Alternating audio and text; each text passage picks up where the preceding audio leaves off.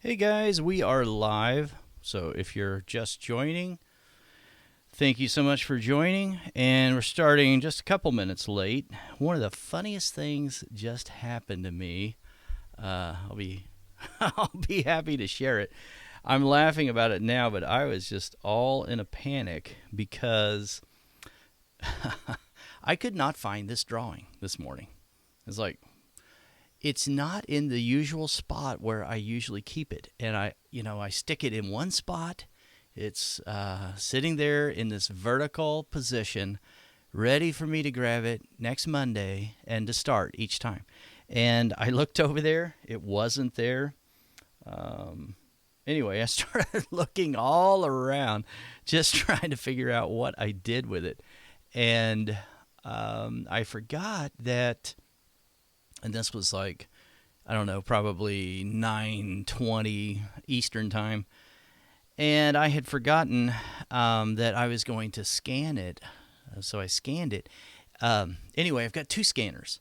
And I thought, oh yeah, I was going to scan it. For whatever reason, I didn't check the scanner, the bigger scanner. I checked the small scanner. I don't know why. They're very close together. And I didn't think of it until just like literally about 9:59. I thought, I wonder what I'm going to do. And then I finally found it because it was in that large scanner. Oh, that was such a weird feeling. I thought, how did that thing just disappear on me? So anyway, so if you're joining again and you've been following along, welcome back. And we're getting really close to the end of this drawing.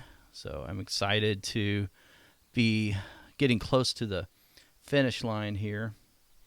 Get my erasers set up over here. I put those over on the edge of this drawing.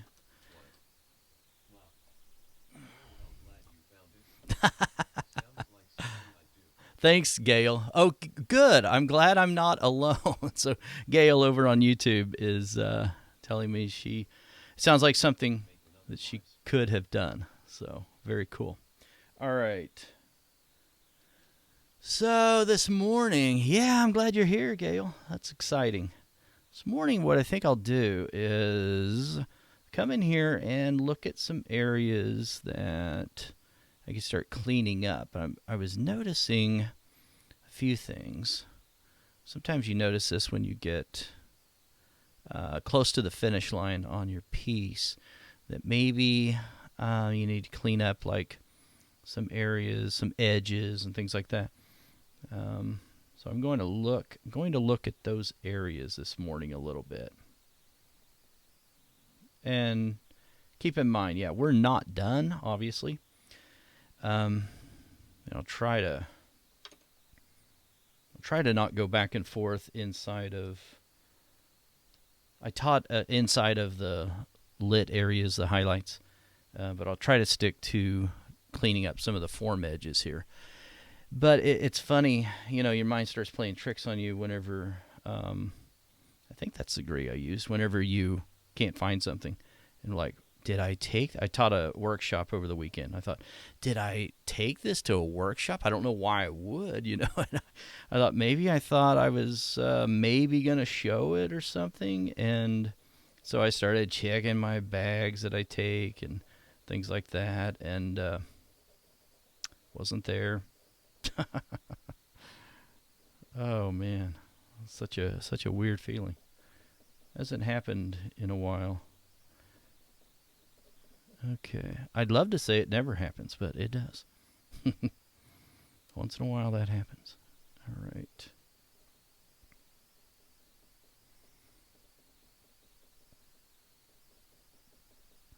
Let's see here. Edge of the face. Over here is something I started looking at, and I want this to be a little more tapered right in here. A softer transition. That's not too bad. And then I'll have to add a little bit more in this dark area to make this all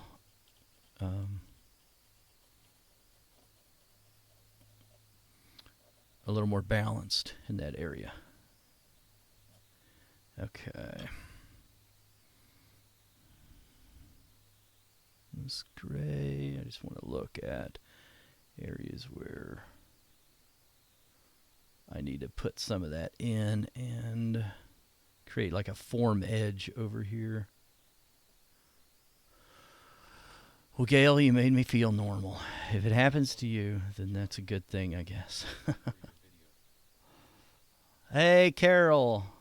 Thanks for joining us. Oh, you're welcome for the video, Carol, over there on YouTube Live as well. I hope that helped, and if you have any questions at all, just let me know, and we can talk through it a little bit more. I'm so impressed with how well you're doing with your pieces, and I love it when artists are creating their own original artwork. That is exciting. Okay, let's see here. That needs... Spread that out just a little bit. That's the wrong color. Okay, let me see here. This edge. I want a soft transition. Very helpful, and I will attempt to put into practice your points. Oh, very cool, Carol. Great. I'm glad it was helpful. Awesome. Okay. Move that down. This edge of this nostril I noticed needed cleaned up just a little bit. Right in there.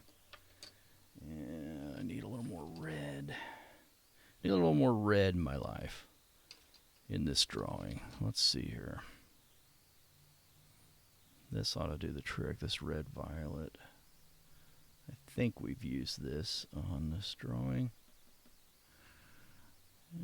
I took a lot of my pencils to the workshop over the weekend, and you know how that goes whenever you do that. I think I just need to buy all new sets of just about every pencil, and that way I can have some that travel with me all the time, and some I just leave here in the studio. There are several sets that I have duplicates of, but I think there's more that I need duplicates of. Okay, keep that guy close by here. All right. So, where to go next? Let me look here. I think what we need... Okay, I'm going to use burnt sienna for a little while and try to smooth out some of these. I need it sharper than what it is. I need to smooth out some of these areas here. I can show a smoother transition in some of the skin.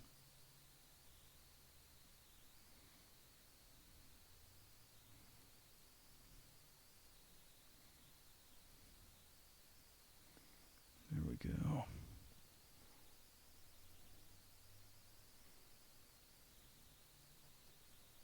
I have to remember that I did spray this. And so after you spray a piece, it behaves differently whenever you're laying the pencil down. And sometimes you have more tooth in one area than expected.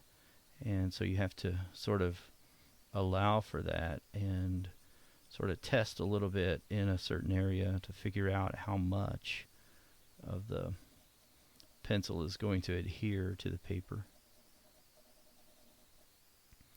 So far so good on this. Looks like I've got a little dust on here. There we go.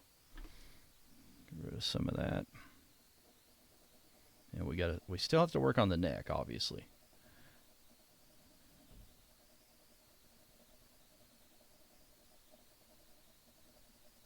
But we're getting close. I mean, we're down to the wire. Getting close to the end of January. And if you're like me, you want to start, thinking about your next piece. And you want to, I don't want to rush this one though, but I want to think about the next piece. And I want to start preparing for that. I've got several workshops coming up this year. And courses as well that I have to be preparing for and thinking about. So there's pieces that I have to create for each of these areas that I'm teaching in. And I have to start thinking about that and figuring out what I'm going to do next. Okay.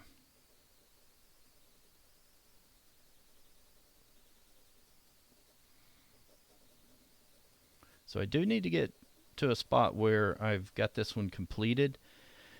But at the same time, if you start thinking to yourself, okay, I got to get this one done, then you'll start rushing it and start, taking shortcuts that you really shouldn't take. And you'll end up with something that is not quite what you wanted, and I don't want to do that. So I want to work on it, methodically and slowly, and perfect it over time, just like we do with anything, right? That's how we accomplish anything. That's how we accomplish anything great, is we just keep working on it and perfecting it over time. And it will result in something good if we're patient with ourselves and if we allow ourselves enough time.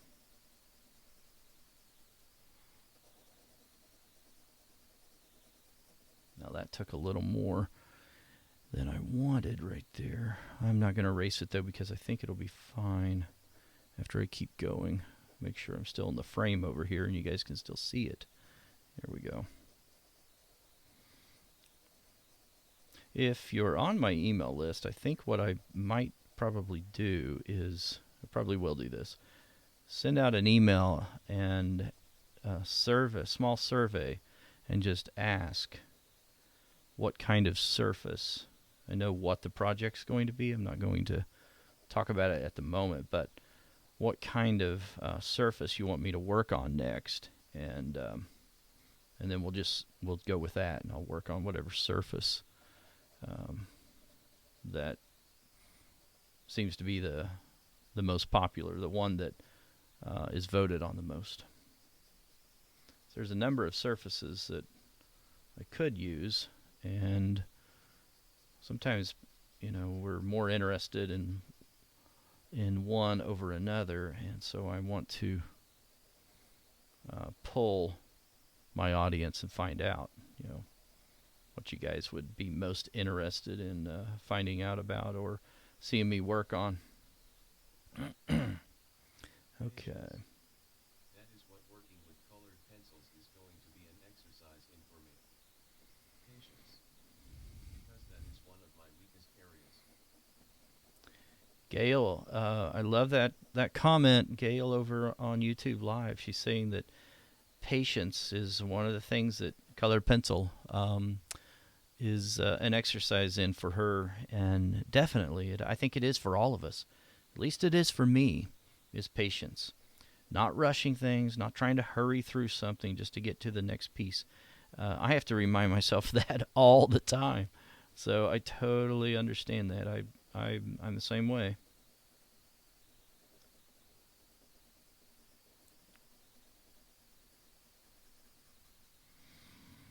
Okay.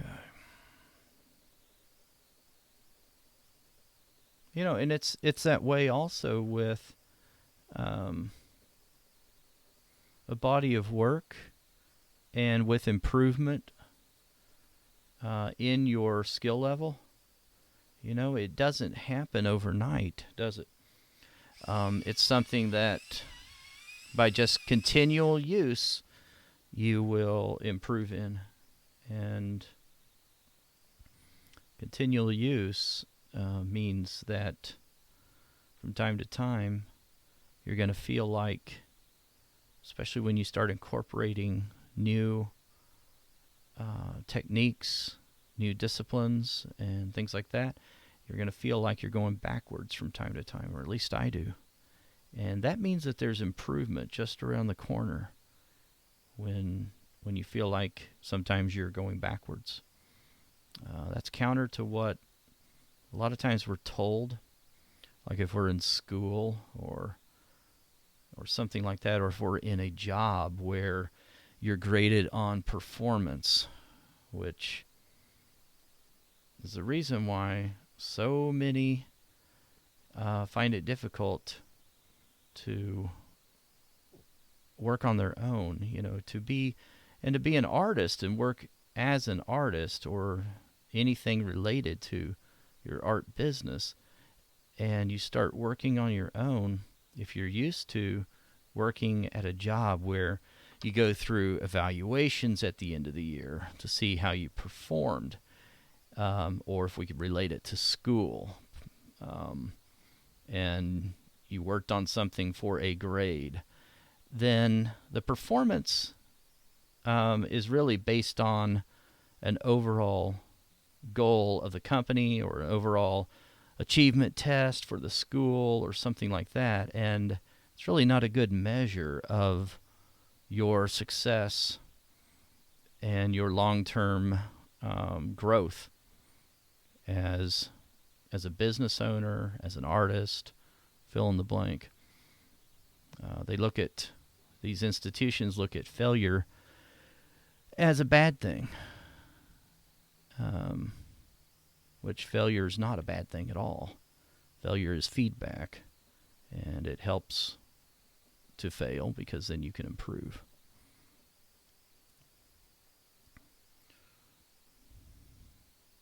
Yeah. Gotta have self-discipline.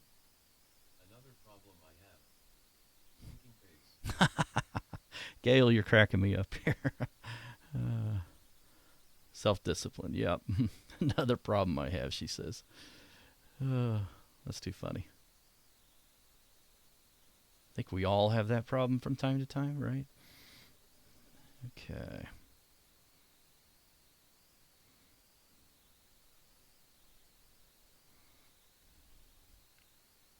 Patience is difficult to learn but so important. Yes. Very much so, Carol. I agree. She says patience is difficult to learn, but so important. Yeah, being trained by your patience leads to great, great things, leads to better things always. And process. Being able to stick to a process also, which takes discipline, right? Takes some forethought and then executing on that. But it leads to great things once we do it. Okay.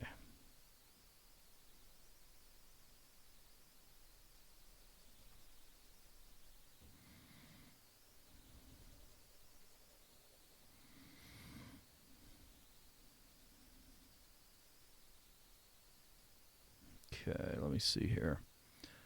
Let's look at this.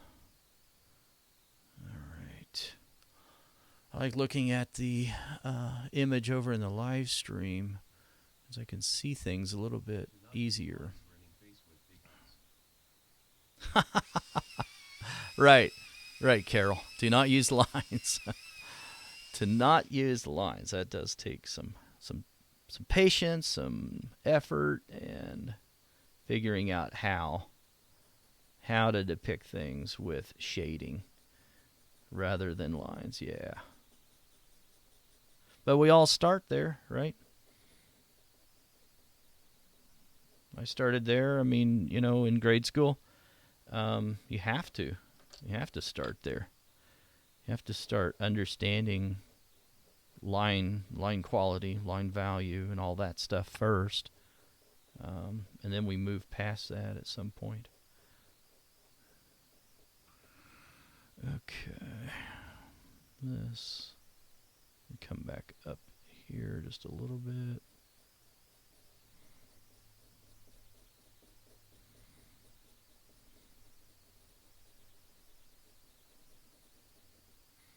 There we go.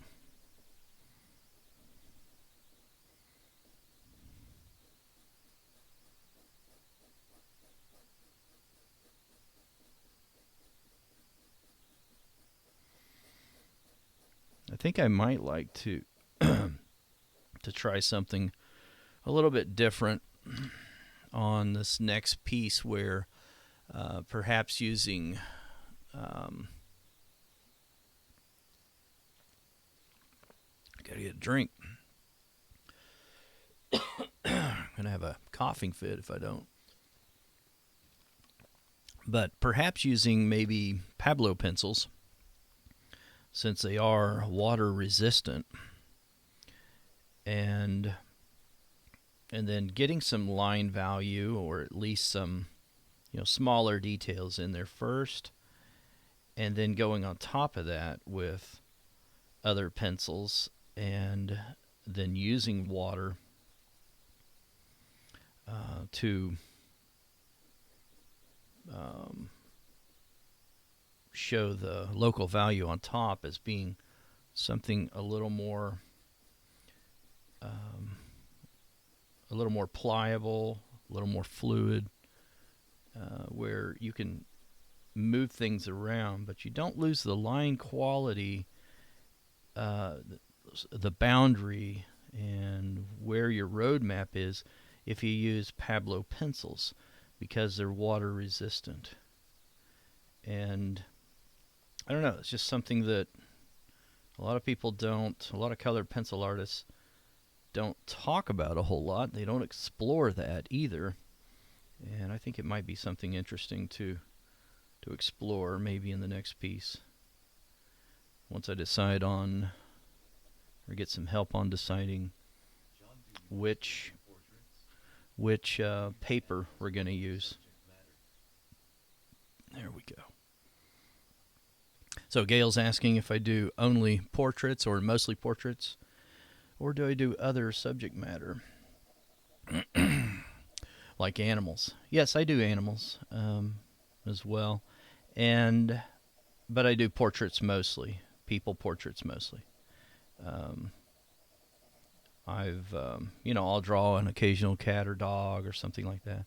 I would love to draw other animals as well, but I'm having too much fun with portraits lately, so I don't know. That may be a while before I do that. Let's see here.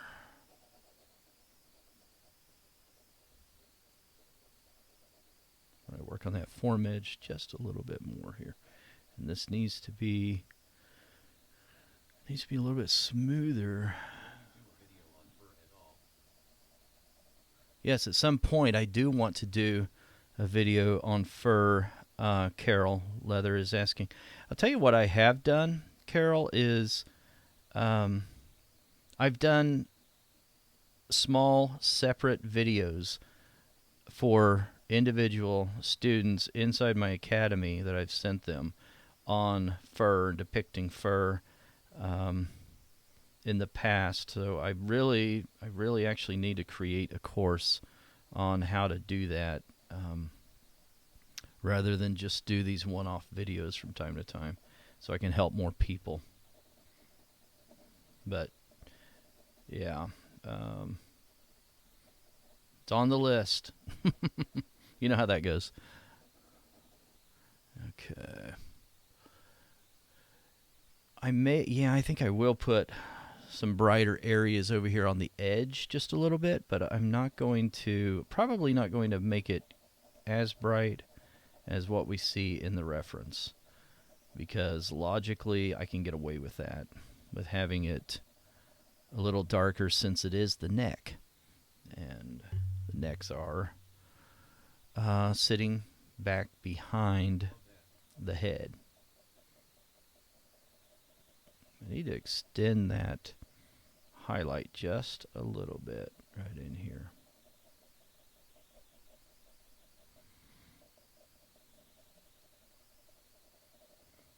There we go. Oh, good. Somia is out here as well. Thanks for joining, Somia. And yeah, that's the plan, is to do something like that. Okay. With the revamp of the Beginner's Colored Pencil course, we've got several projects that we're going to be putting inside of there that I'm really excited about, that we've not been able to show before. So that's going to be a lot of fun, being able to do that. The video projects are all, I mean, they're already recorded. It's just the editing and making sure that, you know, everything is edited the right way, that we've got the workbooks and all of that. Those things take a long time to do. I used to have a hard time believing that when I've heard other artists talk about how long it took to edit videos. And now that I've done it and do it all the time, I realize that is the case. Okay, let's see here. I need to get rid of this line right in here. Or at least not have this large of a suggestion of line. And smooth that out just a little bit more to where it's less obvious. There we go.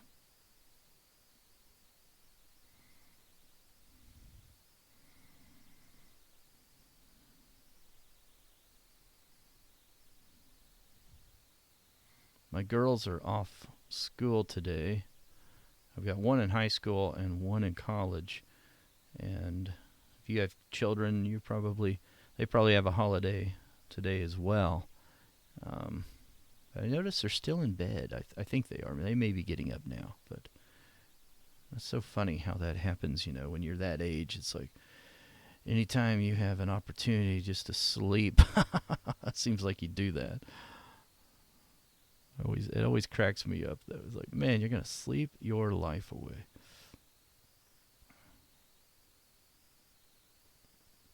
Okay.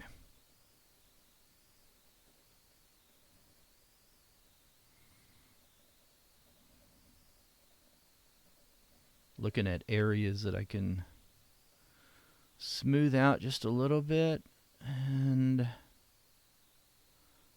if it looks a little blotchy, I'm trying to approach that some as well and add a few more lines in there so that I can get a smoother transition. Have you tried the new Lux archival sanded paper from brush and pencil? Let's see here. I bet our kids would be having a snow day if it were not a holiday. Yeah, so Renee is asking if I've tried the Lux archival paper from brushandpencil.com. Yes, I have. I like the paper. Yeah, that may be the next project. I may use that for the next project. I'm not sure yet if I will or not. But, yeah, I do love that paper. It's very good paper. Okay.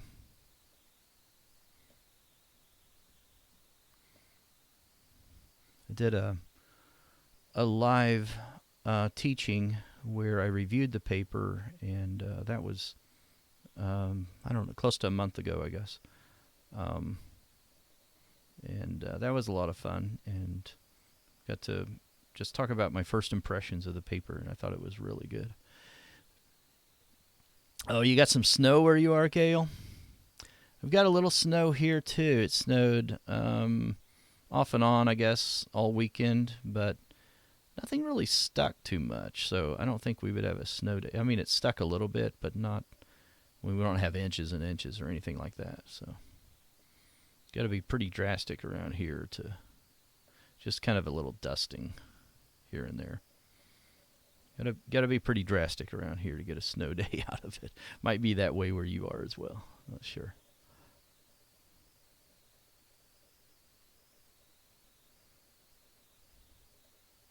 This is painstaking process to just smooth out some of these areas. But if I don't do that, then I'm afraid that it can become an eyesore.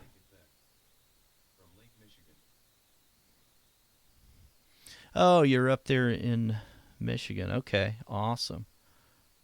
Yeah, so it gets much colder there, and I'm sure you have much more snowfall up there than what we do down here.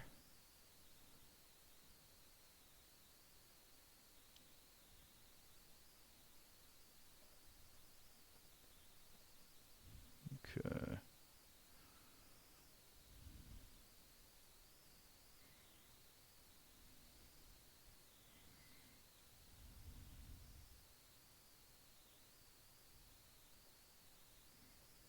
Yeah, when I couldn't find this drawing this morning, and I was wondering what I did with it, I started thinking, okay, maybe I decided to spray it again. And I started thinking, no, I don't recall thinking that I was going to spray it again, but you know, you never know. So. I'm in northern Indiana. Oh, northern Indiana. Okay, gotcha. You're still affected though by the Great Lake there, Lake Michigan. Interesting.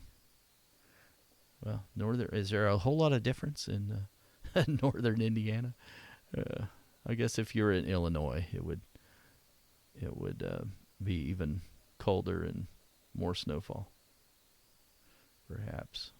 I don't know, but yeah, you do get those winds and everything off of the lake. It's interesting.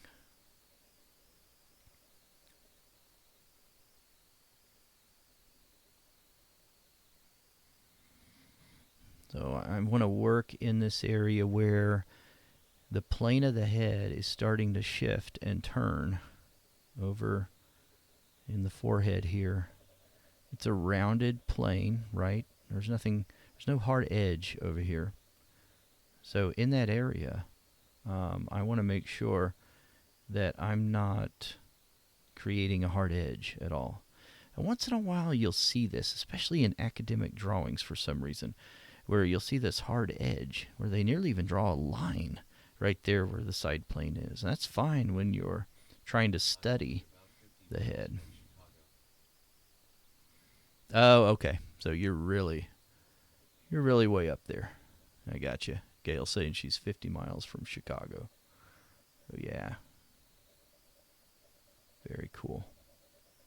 Yeah, but sometimes you'll see that in these academic drawings where they'll draw this definite mark with the side plane of the head. If you look over here at the reference, I mean, you can kind of see some areas like right in here. That does kind of look like, part of the area where that plane will turn just a little bit. Right in here, perhaps, as well. Right there. But in my drawing, I don't want somebody to look at it and say, oh, yeah, there's the definite plane right there. The artist made the decision right there to turn, that form edge into an area that's getting closer to the side plane of the head. I don't want that in my drawing. And like I said, I can understand that for just trying to work through a sample piece and figure out where side plane may occur, and looking at all those small shifts in the forehead. But I don't want there to be noticeable definite hard edges in there. That to me, would not look realistic. But yet, you do see that. Now, I need to switch pencils because this hue is much too bright over here. I think I'll switch back over. Let me see here. This terracotta, I think, is dark enough and still bright enough. Oh, hey, Dorothy. Dorothy's over on YouTube Live as well. You got snow, huh? We were just talking about snow a little bit. Maybe you knew that. Okay. So I've got a more of a red value and a slightly darker value than that ivory, obviously. But I can push that ivory then back just a little bit. Get it out of my way a little bit, but add a little more middle value right in here. Make a soft transition between the middle value and the darker value, or values, I guess I should say. But what I want to do also is I want to think of glazing. I want to think of a nice subtle tint to this area.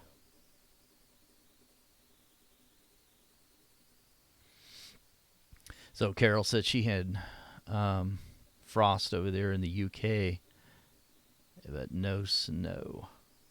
Seems like when I'm talking to people over in the UK that it seems like there's snow oftentimes when I'm not having snow here.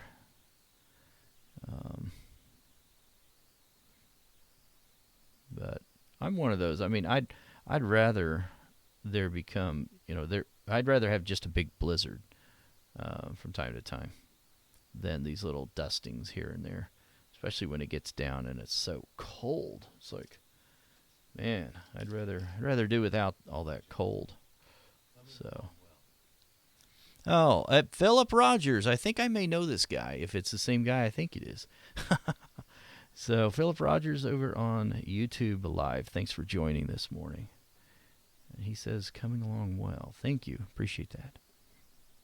Okay, so I need something even darker. So I'm going to use that Derwent Drawing chocolate pencil because I went a little too bright in this area. I can tone that back down just a little bit. And remember that the Derwent Drawing pencils are very dark. I'm sorry, very soft. And if you intend on going over anything with some harder lead pencils, then you have to keep that in mind that you're using a very dark or very soft, I keep saying dark, very soft pencil, and you may knock some of it back off. So Philip's saying that Missouri had 15 degrees last night, but no precipitation. Wow. That's pretty cold. Yeah, we had, I don't know, it was in the teens for a little bit, part of the time over the weekend, and it really hasn't been that too much that I can recall this winter, I should say. And man, I just did not feel ready for that. I was not excited about it, put it that way.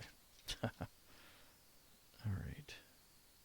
Got to get back to this burnt sienna again. I need to sharpen it.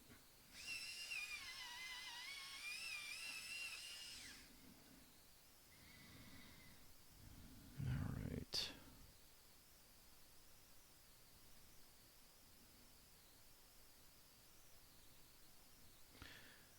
So I have that little hint of some of that ambient light coming back over here that I don't want to lose, but I don't want it to be overpowering either. I don't want it to be distracting. Thanks, John. Hey, thanks, Gail. Rest in replay. Awesome. Well, thanks for joining, Gail. Appreciate it. You have a terrific day. Yeah, keep in mind that if you do have to leave, this will be available for replay. So you can come back out here at your leisure and watch it when you will. And that should be something that would excite you, because you can also speed it up. You don't have to hear my slow talking as I'm trying to use my left and right brain. You can speed this up and watch it faster, which I think is a real advantage to watching a playback. Or just skip ahead, see how much progress I made over an hour's worth of time. When I do that, it's a little disappointing. Like, wow, that's all I got done. That's just the way it goes. Okay.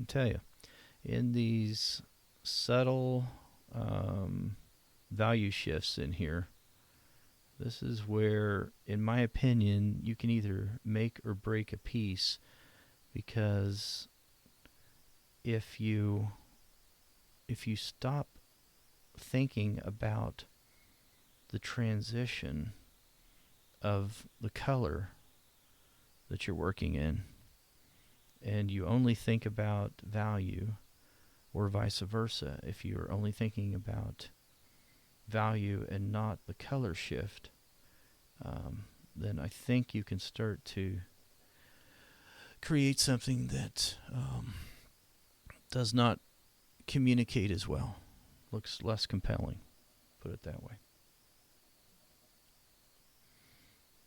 I'm going to look up here and see how we're doing with that. Okay. It's going to be a little bit brighter. But I still want to think about glazing on some of these colors, and then how they may morph or shift into the next color.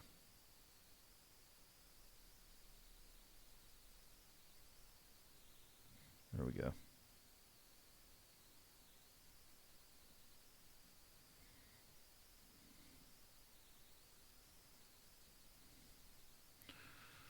Okay.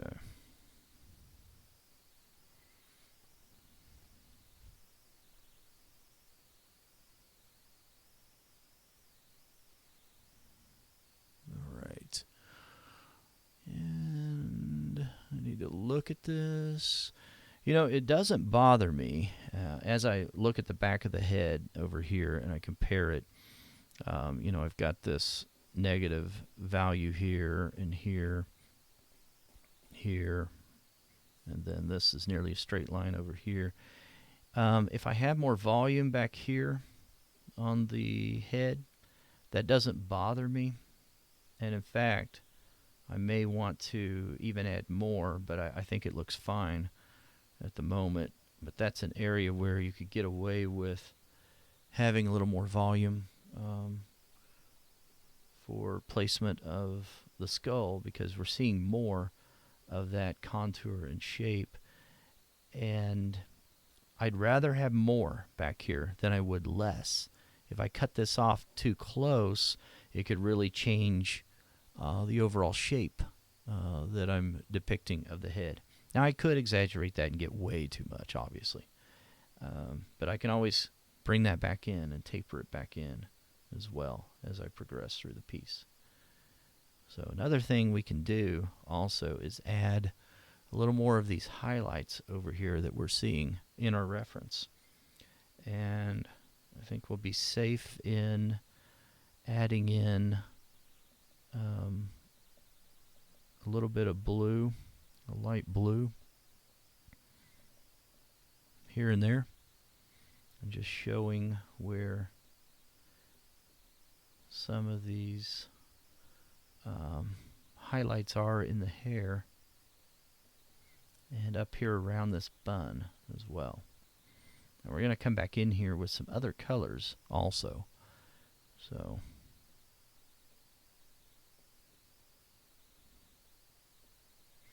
but my strongest highlight, I think I can get away with putting that right there on the edge.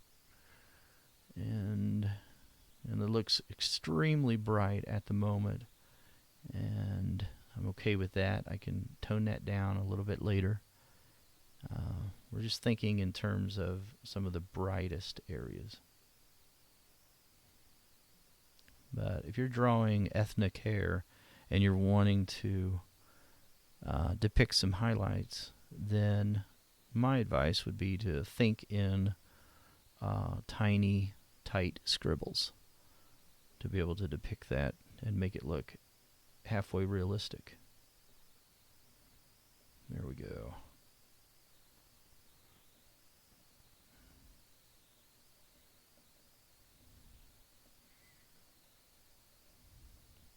You also want to pay close attention to the reference.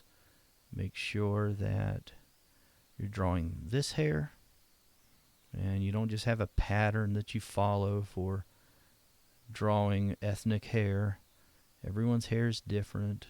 There's variations and differences in each individual. So we always want to make sure that we're looking at the reference and we're at least depicting areas that sort of matter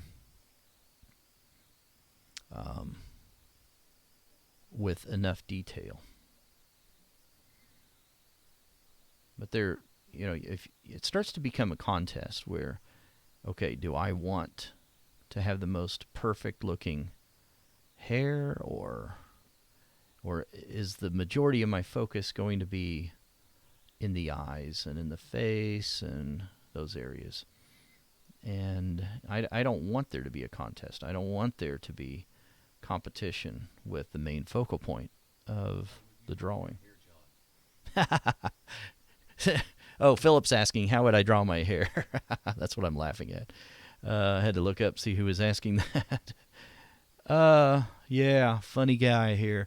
If you're talking about my facial hair, then I would probably use a little bit of blue in some of my white hair on my beard. But I think drawing the hair on my head wouldn't take very long at all. Okay, let's see here. So yeah, now I can come back in here with areas that I don't want that bright, or areas that I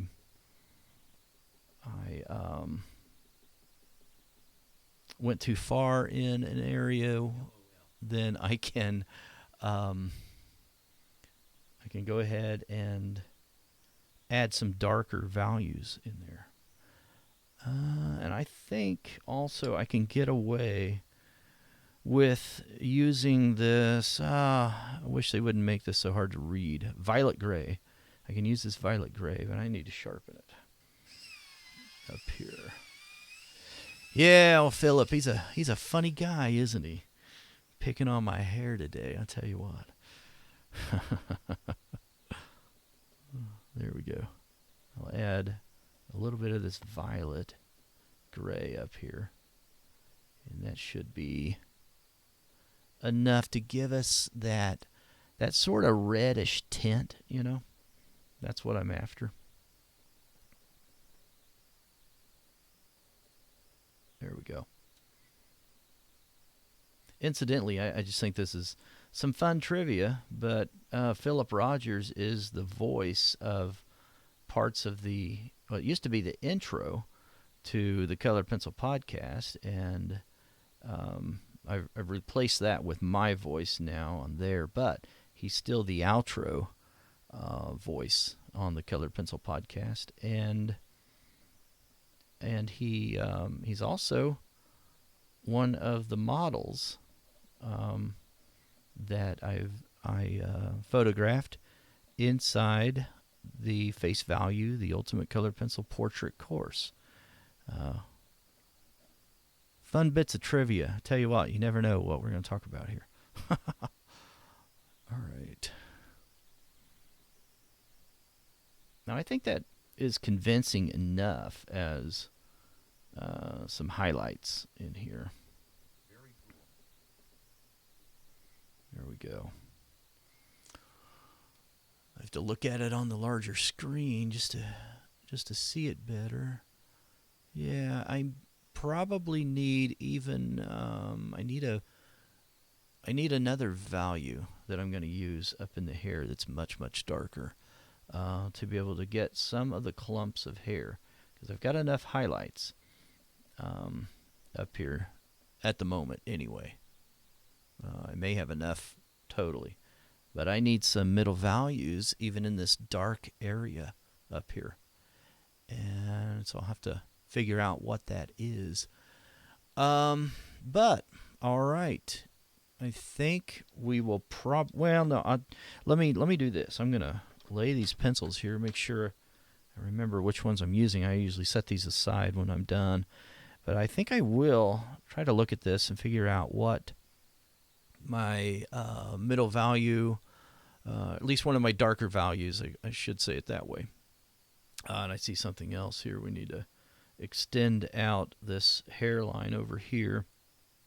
If we don't do things like that, then we can either change the hairstyle, change the look of the individual, the uniqueness, or the worst thing we could do with something like that is we could change the head shape. We don't want to do that. We don't want to change how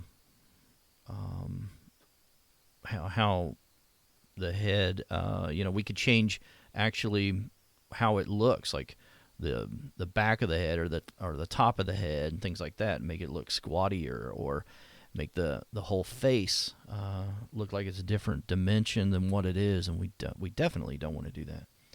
Okay, let me see here. I need a very dark pencil to get that middle value. That may do it. I can kind of test in here and just see. And yes, that's good. That's what I want right there. So which one is this? This is a Polychromos and probably, it's Van Dyke Brown. I thought it was going to be Nougat. Okay, so there we go.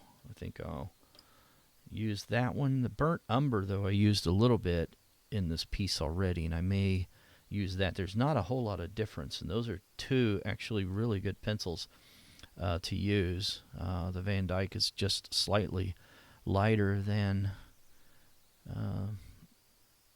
this walnut, or burnt umber rather, and maybe on this other side might be a good one. Yeah, that's not bad at all. Get some lighter values over there, and to still show a little bit of ambient light coming back and hitting parts of the hair.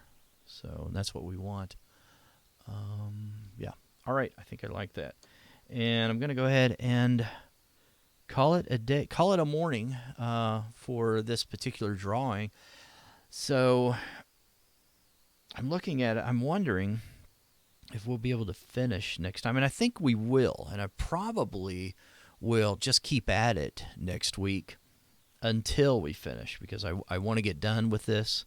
And if it takes more than 2 hours next week, then I might not be done. But otherwise, I'm seeing another issue over here that I want to fix next week. Otherwise, we will probably just keep at it, and we might be done in about 2 hours next week. But if it starts to go longer than that, then I'll call it a day probably, and we will work on it the following week again then. But anyway, so I'm going to go ahead and stop the live stream today. Thanks so much for joining me. Really appreciate it, and I hope you guys have a terrific week, and we'll talk to you soon. Bye-bye.